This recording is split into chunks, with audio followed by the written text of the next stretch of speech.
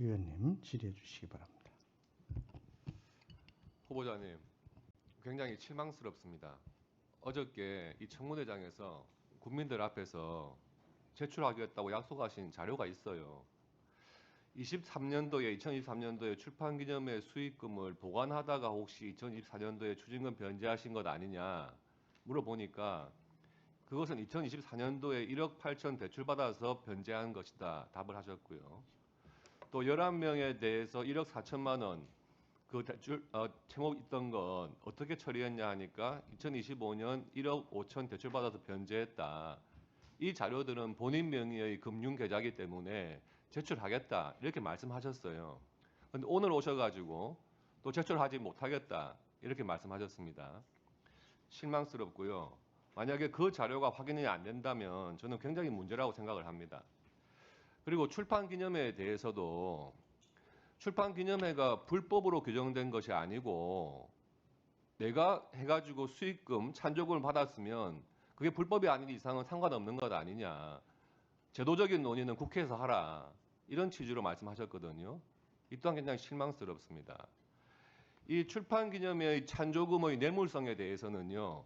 법의 규정이 있는 게 아니고 2015년 법원 판결로서 이미 정해진 사안이에요. 2013년 당시에 이명박 정부 때 여당 국회의원 문교위의 위원장이었던 분이 계세요. 근데 그분이 출판기념회를 합니다. 해가지고 유관기관에서 찬조금으로 축하금이죠.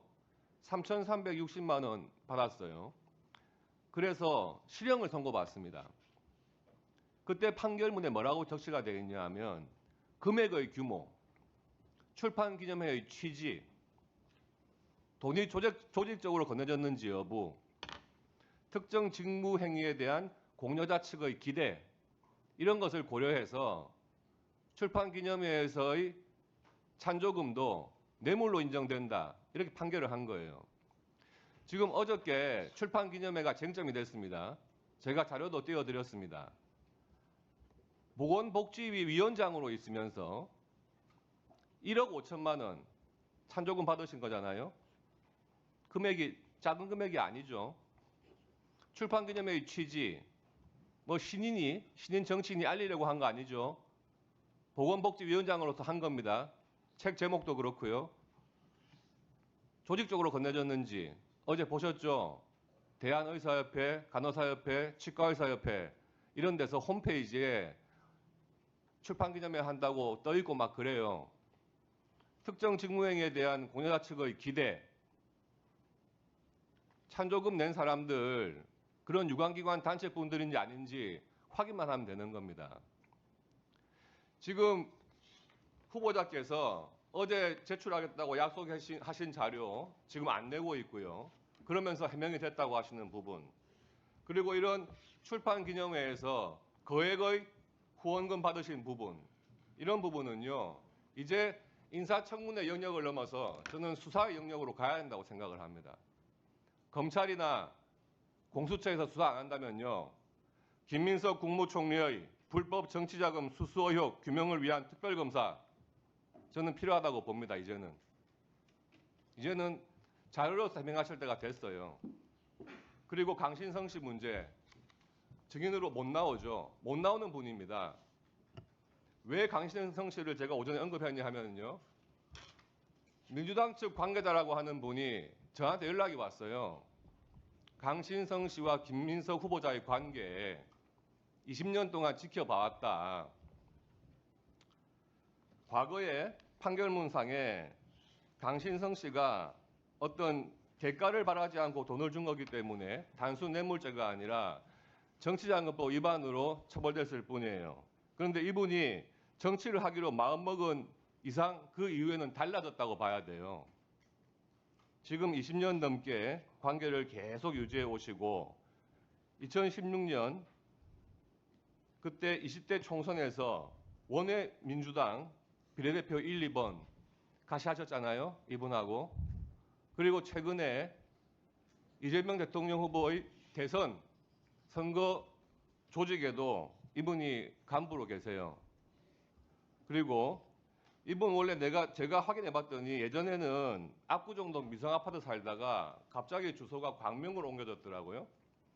그래서 왜 그랬을까 확인해보니까 2017년에 이현주 의원이 더불어민주당 탈당하면서 그 광명을 지역위원장이 비게 돼요. 근데 이분이 지역위원장으로 갑니다. 지금 더불어민주당과 합당한 이유죠. 이후에. 그러니까 광명에서는 중앙에서 내려온 낙하산이라고 막 반발을 해요. 그런데 2018년도에 강신성 씨를 비롯해가지고 11명한테서 1억 4천만 원을 대여하는 겁니다. 이 후원자 그룹의 단톡방도 있답니다. 2020년 21대 총선에서 이 강신성 씨가 광명을에 경선 출마했지만 양기대 씨한테 져가지고 탈락을 합니다.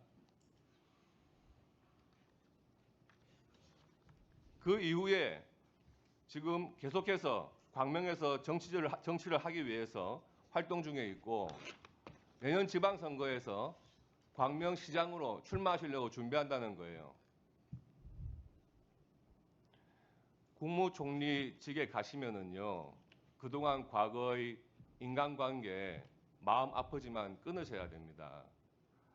스폰서 후원자라고 하시는 분들요, 20년 동안 아무런 대가 바라지 않고 지원해 주는 척 하다가 마지막에 한 번 혜택 보는 거예요. 국무총리 가시면은요, 최소한 국회의원직은 사임하셔야 됩니다. 당 내에서 최고의 실세로 이제 부상하시는 거예요. 국무총리를 겸한 당내 최고 실세, 이런 분한테 이런 후원자들 가만히 있을 것 같습니까? 그래서 제가 충원을 드립니다. 강신성 씨와의 관계 단절하시고요. 지금 국무총리직을 스스로 물러나시든지 아니면 최소한 국회의원직이라도 사직하시는 것이 맞지 않나 충원을 드립니다. 네, 간단히 답변 올리겠습니다. 말씀하십시오. 아까 말씀드렸듯이 이미 제가 몇 가지 전제를 달았습니다만은 법무부의 출입국 기록에 관한 것은 제가 동의를 해서 이미 제출하도록 해라라는 말씀을 법무부 측에 전했다는 말씀을 이미 드렸습니다. 언제 어떻게 될 것인가는 사실은 제가 알지 못합니다. 그건 법무부 출입국 관리소 측에 제가 입장을 전했기 때문에 아까 이정배 위원장님께서 말씀 주신 대로 이러한 자료는 되고 이러한 자료는 안 된다라는 설명은 사실은 제가 드리는 것은 아니기 때문에 아마도 통상 이런 경우에는 총리실의 준비단에서 하지 않았는가라는 생각이 들어서 저는 그런 부분은 제대로 됐는지 안 됐는지 제가 정확히 알지 못해서 그런 부분은 아마 지금 이후라도 되면 좋겠다는 생각을 가지고 있다는 말씀을 드립니다. 출판기념회와 관련해서 출판기념회는 뇌물성이다 또는 출판기념회에서 된 책값은 그것이 평균 얼마가 되든지와는 상관없이 찬조금이다라고 규정하신 부분들에 대해서는 전반적으로 제가 동의하느냐 아니냐가 중요한 것은 아니겠습니다만은 개인적으로는 저는 아마도 이것은 출판기념회 전체에 대한 법적 규정을 우리 곽규택 의원님께서 다시 하시지 않는 한 대부분의 동의를 받기는 좀 어렵지 않겠는가 이렇게 생각을 합니다. 제 출판기념회와 관련해서 대략 이것이 평균 어느 정도의 액수로 후원금이 출판 축의금이 됐고 그리고 거기 참여하신 분들은 현재 출판기념회상 주어져 있는 법 규정에 어긋나는 분이 없었다라는 점을 다시 한번 말씀드리면서 그에 어긋나는 경우가 있다라는 어떠한 입증할 내용이 있으신지 궁금해서 여쭤보려고 합니다.